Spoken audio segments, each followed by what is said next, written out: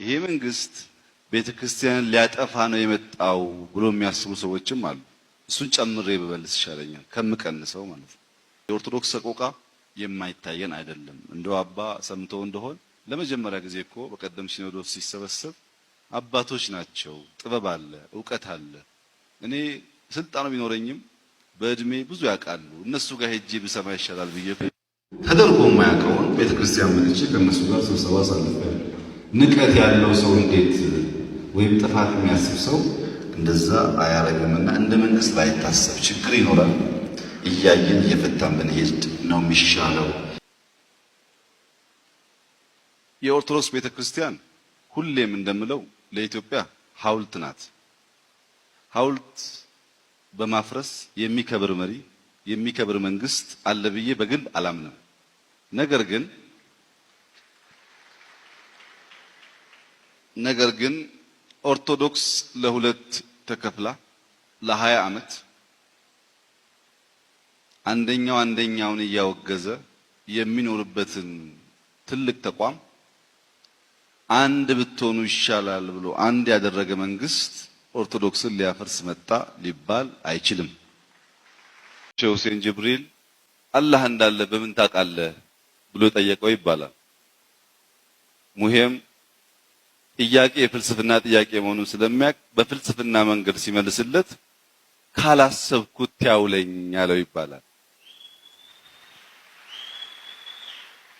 ፈጣሪ አለ ወይ የለም ብሎ መጠየቅ ፍልስፍና ከሆነ ሙሄ እንዳለው ካሰብኩበት ውጪ ሆኜ መገኘት ደግሞ በኔ ስልጣን የተወሰነ ስላልሆነ ከኔ ባሻገር ኃይል አለ የሚለውን ወለየዎች በእምነት ክርስትናና እስልምና ቀደም በተባለው ብቻ ሳይሆን በፍልስፍናም ያረጋገጣችሁት ስለሆነ እንዲያው እምነት የሌለው ሰው አይኑር።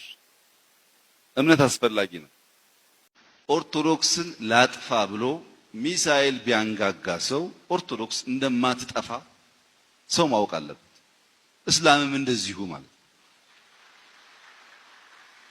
አጠፋለሁ ብለን ከምንሄድ ተደጋግፈን አብረን ብንቆም ይበጀናል የሚል እምነት በጽኑ ነው የምናምነው። በዛ ነው የምንሄደው። እስላም የመጀመሪያው አያ የወረደው እኮ ኢቅራ ነው። የመጀመሪያው አንብብ ነው። የመጀመሪያው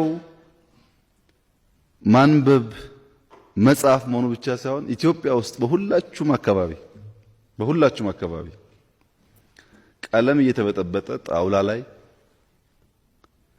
ገጠር ሲባል ገጠር አይደለም፣ የመጨረሻ ምንም አይነት መኪና አይቶ የማያውቅበት አካባቢ ሰው የሚማረው የሚቀራው በጣውላና በቀሰም ነው። ታውቃላችሁ፣ በጣም ከፍተኛ የሆነ አታችመንት ነው ያለው በትምህርትና በእስልምና እምነት መካከል።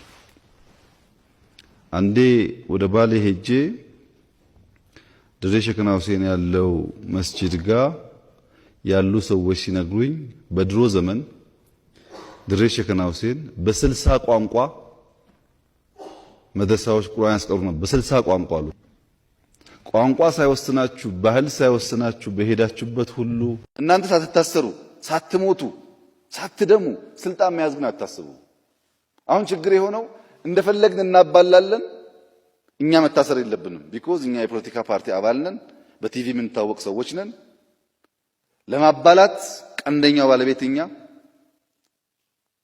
መታሰር ያለበት ግን ሌላ ሰው ነው ብለን እናምናለን። እስቲ አስቡት፣ እስካሁን ባያችሁት ግጭት ውስጥ ግጭትን የሚያቀናብሩ ሰዎች እንኳን እነሱ ወንድሞቻቸው ቆስሎ ያውቃሉ? ልጆቻቸው ቆስሎ ያውቃሉ?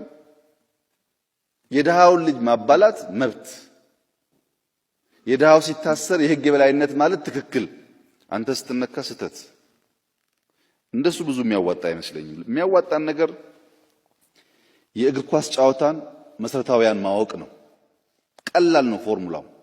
5 አክተርስ አሉ። አንደኛው አክተር የሚጫወቱ ቡድኖች ናቸው። ቡድን ኤክስ እና ቡድን ዋይ ከሌለ ጨዋታ የሚባል ነገር የለም። ባዶ ሜዳ ውስጥ ታስፈልጋላችሁ። እናንተ የፖለቲካ ፓርቲዎች የጨዋታው ቡድን ስለሆናችሁ አስፈላጊ አክተር ናችሁ፣ ግን ብቸኛ አክተር አይደላችሁ። ሌሎች አክተሮች አሉ።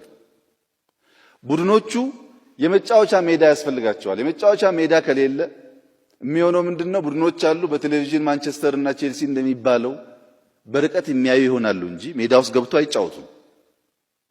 በየቀኑ ሜዳውን እያፈረስን የሜዳውን መጠሪያ እየተጠየፍን ኳስ ጨዋታ የሚባል ነገር የታለ?